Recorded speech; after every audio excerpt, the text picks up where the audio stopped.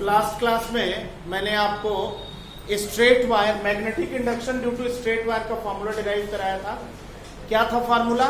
Small k I by r under bracket sine phi 1 plus sine phi 2, और इस पर based हम लोगों ने क्वेश्चंस डिस्कस किए। ठीक है, लास्ट में मैंने एक क्वेश्चन जो रेगुलर पॉलीगन वाला दिया था उसको डेराइव करने के बाद मैंने एक शॉर्टकट फार्मूला निकाला था, और वो शॉर्टकट फार्मूला था small K 2n i by R tan pi by N. अब ये जो शॉर्टकट फार्मूला हमने निकाला था रेगुलर पॉलीगन के लिए, इसको मैं ऑब्जेक्टिव में यूज करने का तरीका बता रहा हूं आपको। ध्यान से देखो बच्चों, जैसे मान लीजिए हमने आपको एक क्वेश्चन दिया था कि स्क्वायर है और स्क्वायर के सेंटर पे मैग्नेटिक फील्ड कितनी है, करंट आई है, एवरी साइड ए है। तो आप हम लोगों ने कैलकुलेट करके निकाला था लास्ट क्लास में। क्या निकाला था? बी एट पी क्या निकाला था? स्मॉल के 8√2i बाई ए, ये निकाला था हम लोगों ने। एक वायर की मैग्नेटिक फील्ड निकाल करके उसमें 4 टाइम्स किया था, ये आंसर आया था। इस आंसर को हम इमीडिएटली कैसे निकाल सकते हैं ऑब्जेक्टिव के पॉइंट ऑफ व्यू से, वो बता रहा हूं आपको। ध्यान से देखो बच्चों, क्या है कि ये एक स्क्वायर है। जैसे हमने पॉलीगन को सर्कल के अंदर लिया था, तो अगर हम इसको एक सर्कल के अंदर कंसीडर कर लें तो स्मॉल आर यानी पॉलीगन, इस सर्कल का रेडियस कितना हो जाएगा? अगर इस स्क्वायर को सर्कल के अंदर ले लें तो सर्कल का रेडियस कितना हो जाएगा? अगर एवरी साइड ए है, पॉलीगन की एवरी साइड ए है, तो रेडियस कितना है सर्कल का? a by √2। कितना है? a by √2। तो अब आप इस वाले में ये आंसर मैं इससे निकाल रहा हूं। देखो बच्चों, b स्मॉल के 2 इंटू कितने साइड से 4 है, तो m की जगह 4 multiplied by i divided by r। देखो बेटा, ये पूरा a√2 है, ये पूरा a√2 है, तो आधा कितना होगा? a√2 बाई 2 यानी a बाई √2। स्मॉल r की वैल्यू हो जाएगी a बाई √2। अब ये वैल्यू आप यहां पुट कर दो, यहां पे पुट करो a by √2 multiplied by tan pi by n, tan pi by n यानी tan पाई बाई n का मतलब 4, और tan 45 डिग्री की वैल्यू कितनी होती है? tan 45 डिग्री की वैल्यू 1 होती है। तो ये आंसर इसके बराबर आ गया। आप कैलकुलेट करके देख लो, आ गया भाई। √2 ऊपर गया तो 8√2 हुआ, √2 को ऊपर ले गए तो 8√2 i by A. With in a minute आपने आंसर टिक कर दिया। इस तरह से ये जो रिजल्ट है इसको आप शॉर्टकट फार्मूले के तौर पे यूज कर सकते हो। स्क्वायर के सेंटर पे बताइए, हेक्सागोन के सेंटर पे बताइए, ट्रायंगल के सेंटर पे बताइए। समझ में आ गया ना? अगर मैं एक ट्रायंगल यहां पे बना दूं, ट्रायंगल के सेंटर पे कितनी फील्ड आई थी याद है? एक इक्विलेटरल ट्रायंगल है, उसके सेंट्रॉइड पे मैग्नेटिक फील्ड की वैल्यू क्या निकाली थी हम लोगों ने? सेंट्रॉइड पे मैग्नेटिक फील्ड हम लोगों ने निकाली थी स्मॉल के 18i बाई ए, स्मॉल के 18i बाई ए, यही निकाला था ना। अब उस कैलकुलेटिव अप्रोच को यूज करने की बहुत ज्यादा जरूरत नहीं है। आप इसको एक सर्कल के अंदर ले लो बेटा। अगर सर्कल के अंदर लेते हो तो रेडियस कितना है सर्कल का? सर्कल का रेडियस कितना है? ये पूरी वैल्यू कितनी है? a√3 by 2। ये पूरी वैल्यू है a√3 बाई 2, है या नहीं है? और मीडियन की लेंथ अगर a√3 बाई 2 है तो सेंट्रॉइड मीडियन को किस रेशियो में डिवाइड करता है? 2:1 में। 2:1 में तो आपको अच्छे से पता है ये वैल्यू a/√3 होगी। कई बार पहले भी यूज कर चुके हैं, यानी रेडियस यहाँ पे है a/√3। आप कैलकुलेट करके देख लो, a/√3 ही आएगा। इक्विलैटरल ट्रायंगल की एवरी साइड अगर a है तो ये जो सेंट्रॉइड से वर्टेक्स तक की डिस्टेंस है, यानी सर्कल का जो रेडियस है वो a/√3 है। ये वैल्यू यहां पुट कर दो बच्चों। स्मॉल के 2 n की वैल्यू है 3 साइड्स है 3 into i/r। r का मतलब a/√3 और मल्टीप्लाइड बाई tan π/3। tan π/3 का मतलब 60 डिग्री। tan 60 डिग्री की वैल्यू कितनी होती है? tan 60 डिग्री की वैल्यू कितनी होती है? √3। √3 यहां पर रख के मल्टीप्लाई कर दो, फिर √3 ऊपर जाएगा तो कितना आएगा बच्चों? भाई देखो ये हो जाएगा, यहां पे आप √3 लिखोगे तो √3 यानी ये √3 ऊपर चला जाएगा और फिर ये वाला √3 ऊपर जाएगा तो 18i/8 ये आंसर आ गया भाई। tan π/3 की वैल्यू √3 होती है, मालूम है। √3 जो है न्यूमरेटर में गया और ये वाला √3 फिर से न्यूमरेटर में गया तो √3 into √3 कितना हो गया? 3 और 3 into 3 9 मल्टीप्लाइड बाई 2 18i/8। एक लाइन में आंसर आ गया।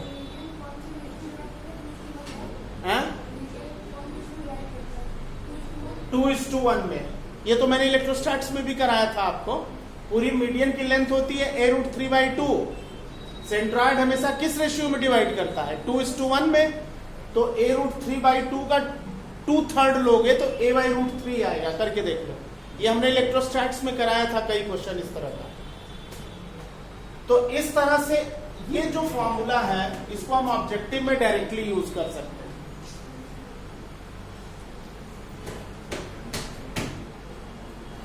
तो ये बेटा हम लोगों ने बायो-सेवर्ट्स लॉ का फर्स्ट एप्लीकेशन डिस्कस किया, magnetic induction due to long straight wire. ठीक है, अब इसके बाद बायो-सेवर्ट्स लॉ का जो सेकेंड एप्लीकेशन है, हेडिंग डाल दो आप, magnetic induction due to, heading डाल दीजिए, magnetic induction due to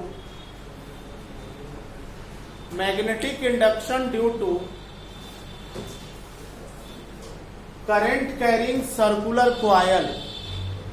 magnetic induction due to current carrying circular coil.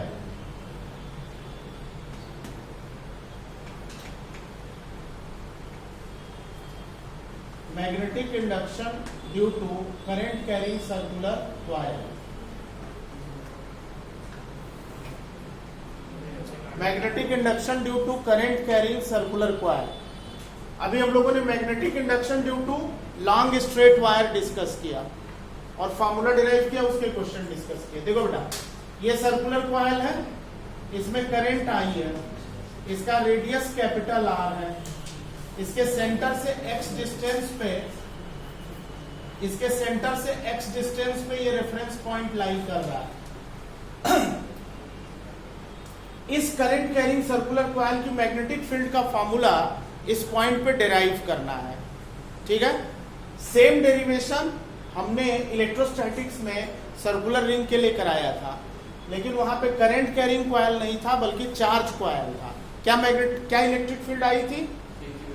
Small के qx/r² + x² पावर 3/2, यही आया था ना।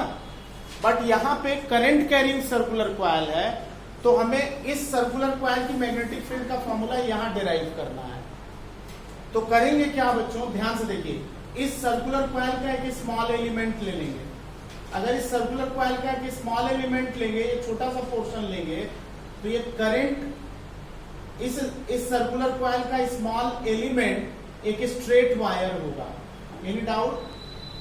भाई सर्कुलर कॉइल का छोटा सा एलिमेंट लेंगे तो वो तो एक स्ट्रेट वायर ही होगा। Is this clear? अगर ये एक स्ट्रेट वायर है जिसकी लेंथ dl है, यहां से अगर हम इस पॉइंट को ज्वाइन कर दे बच्चों स्मॉल r, तो स्मॉल r हो जाएगा, स्मॉल r कितना हो जाएगा? स्मॉल r हो जाएगा √R² + एक्स स्क्वायर, यही होगा ना। ये जो करंट एलिमेंट है डीएल लेंथ का, इस एलिमेंट की मैग्नेटिक फील्ड यहां पे कितनी होगी? बायो-सेवर्ट्स लॉ कहता है कि due to current element magnetic field dB small k I dl sine theta by line joining की लेंथ आर स्क्वायर, यही बायो-सेवर्ट्स लॉ है। करंट एलिमेंट की मैग्नेटिक फील्ड यहां पे डिराइव करनी है, ठीक। तो बायो-सेवर्ट्स लॉ यही कहता है। अब यहां पे थीटा है कितना, इस पर्टिकुलर एलिमेंट के लिए थीटा कितना है? बायो-सेवर्ट्स लॉ में मैंने आपको बताया था बेटा कि अगर ये करंट एलिमेंट है और ये पॉइंट है, ये आर है, तो हमें ये वाला एंगल थीटा लेना होता है, ये वाला एंगल, ठीक। तो अगर ये स्मॉल करंट एलिमेंट है तो इस करंट एलिमेंट और लाइन ज्वाइनिंग के बीच, जैसे इस करंट एलिमेंट और लाइन ज्वाइनिंग के बीच एंगल थीटा है, उसी तरह से इस करंट एलिमेंट और इस लाइन ज्वाइनिंग के बीच एंगल कितना है? 90। देखो बेटा ध्यान से समझो, ये जो सर्कुलर कॉइल है इसको आप ऐसे समझ लो। सपोज कर लो, जैसे मान लो ये सर्कुलर कॉइल मेरे इस तरह से, ये जो हथेली है, पाम है, इस पर ये सर्कुलर कॉइल लाई कर रहा है और पॉइंट यहां पे है, पॉइंट जो है वो यहां पे है, ठीक। तो जब तुम इस सर्कुलर कॉइल का छोटा सा एलिमेंट काटोगे तो वो एलिमेंट इस तरह से, ये जैसे मैंने ये चौक रखा है इस एलिमेंट की, ये एलिमेंट हो जाएगा। भाई सर्कुलर कॉइल ऐसे है तो छोटा सा एलिमेंट ऐसे ही तो होगा। और फिर जो लाइन ज्वाइनिंग है, लाइन ज्वाइनिंग कैसे है? लाइन ज्वाइनिंग ऐसे है, पॉइंट को ज्वाइन करने वाला जो लाइन ज्वाइनिंग है, जैसे मान लीजिए हमने इसको ऐसे पकड़ लिया, ये एलिमेंट हो गया, और लाइन ज्वाइनिंग ऐसे है, तो लाइन ज्वाइनिंग और एलिमेंट के बीच का एंगल कितना है? 90 डिग्री। ये जो एलिमेंट करंट एलिमेंट है, इस करंट एलिमेंट और लाइन ज्वाइनिंग के बीच एंगल कितना है? 90 डिग्री। इसका मतलब कि ये एंगल 90 डिग्री लेना पड़ेगा बायो-सेवर्ट्स लॉ के अकॉर्डिंग। बात समझ में आ गई? और साइन 90 की वैल्यू कितनी है? साइन 90 की वैल्यू 1 है, तो डीबी हो जाएगा small K IDL by R square. Small R square का मतलब इसका स्क्वायर, स्क्वायर करेंगे तो रूट हट जाएगा बच्चों, तो कितना हो जाएगा? IDL upon R square plus X square. इतना आप नोट करो, इतना पहले आप नोट करो, फिर आगे बढ़ो।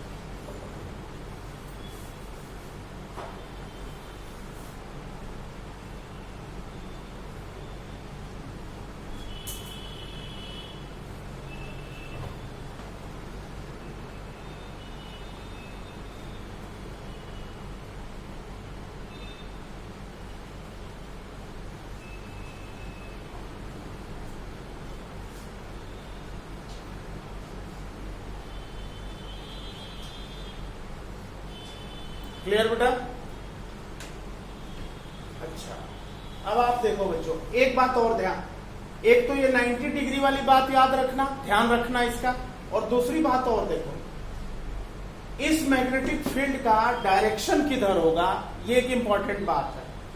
मैंने आपको बताया था कि अगर ये करंट एलिमेंट है और यहां पे कोई पॉइंट है 90 डिग्री, तो अगर पॉइंट यहां है, थीटा की वैल्यू 90 है, पॉइंट यहां है, तो मैंने बताया था कि जो फील्ड होगी वो इस पॉइंट पे क्रॉस होगी। यही तो बताया था, यही तो बताया था लास्ट क्लास में, क्रॉस फील्ड होगी। क्रॉस फील्ड देखो, लेफ्ट हैंड पाम फिंगर्स ऐसे रखा, पॉइंट की तरफ थंब को किया, पाम या हथेली अंदर है, तो मैग्नेटिक फील्ड इनवर्ड है। ये बात बताई थी आपको। एक बात जो बिल्कुल क्लियर है बच्चों, वो ये है कि इस पॉइंट पे जो मैग्नेटिक फील्ड जो क्रॉस है इस पॉइंट पे, वो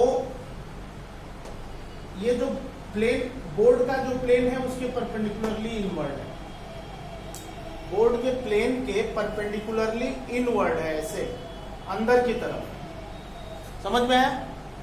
इनवर्ड है, ये लाइन ज्वाइनिंग है, लाइन ज्वाइनिंग और मैग्नेटिक फील्ड, अगर ये लाइन ज्वाइनिंग है, ये लाइन ज्वाइनिंग है, तो मैग्नेटिक फील्ड और लाइन ज्वाइनिंग के बीच एंगल कितना है, कितना है? 90 डिग्री। ये जो लाइन ज्वाइनिंग है और मैग्नेटिक फील्ड के बीच एंगल कितना है? 90 डिग्री। क्रॉस होगा तब भी 90 डिग्री, डॉट होगा तब भी 90 डिग्री। इसका मतलब लाइन ज्वाइनिंग और मैग्नेटिक फील्ड के बीच ऑलवेज एंगल कितना होता है? 90 डिग्री। Is this clear? अच्छा, अब देखो बच्चों, अब आप मुझे ये बताओ कि ये जो मैग्नेटिक फील्ड है, एलिमेंट्री मैग्नेटिक फील्ड है, ध्यान से समझना बच्चों, ये हमने बताया कि ये जो है सर्कुलर कॉइल है और ये इसका एलिमेंट है, ये लाइन ज्वाइनिंग है, यहां पे है ये पॉइंट, ठीक? लाइन ज्वाइनिंग ऐसे आई, तो इस एलिमेंट की मैग्नेटिक फील्ड इस पॉइंट पे जो लाइन ज्वाइनिंग है उससे जस्ट क्या होगी? 90 डिग्री। कोई दिक्कत? भाई इस एलिमेंट की मैग्नेटिक फील्ड इस पॉइंट पे लाइन ज्वाइनिंग से कितने एंगल पे होगी? 90 डिग्री पे। यही बात तो हमने अभी बताई थी। Is this clear? Magnetic field इस एलिमेंट की मैग्नेटिक फील्ड इस पॉइंट पर इस लाइन ज्वाइनिंग से 90 डिग्री पे होगी। क्लियर? अच्छा, अब एक बात बताओ बच्चों, अगर ये रेफरेंस पॉइंट हम P मान लेते हैं, यहां पे है, ये एंगल मैं थीटा मान लेता हूं बच्चों, और ये एंगल अगर थीटा है, ये एंगल 90 है, ये एंगल 90 है। एक काम करता हूं मैं,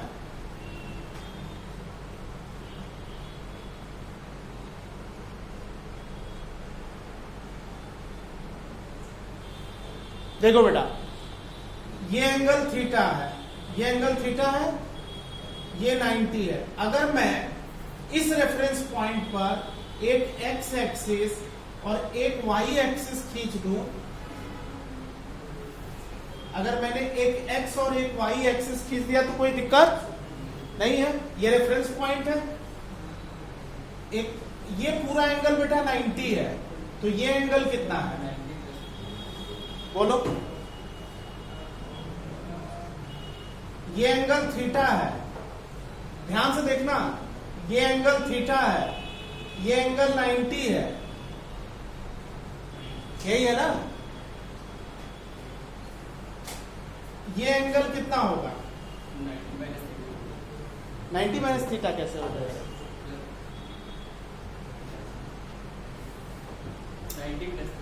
देखो ऐसा है कि ये एंगल अगर थीटा है, ये 90 है, तो ये वाला एंगल भी थीटा ही होगा या नहीं होगा? देखो बेटा, ये एंगल थीटा है, ये पूरा एंगल कितना है? ध्यान से समझिएगा, ये एंगल थीटा है, ये पूरा एंगल कितना है? 90। इसको थोड़ी देर के लिए मिटाता हूं, यहीं पे कंफ्यूजन सारा क्रिएट होता है। इस डेरिवेशन में 3-4 पॉइंट कंफ्यूजन के, जिसकी वजह से पूरी डेरिवेशन गलत हो जाती है, और मार्क्स आप मेहनत भी करेंगे, नंबर 0 मिलेगा। ये एंगल थीटा है, ये पूरा एंगल कितना है? 90 है, 90 है ना? एक्स एक्सिस और वाई एक्सिस के बीच एंगल कितना है? 90 है। अगर ये 90 है बच्चों, तो फिर ये वाला एंगल कितना है?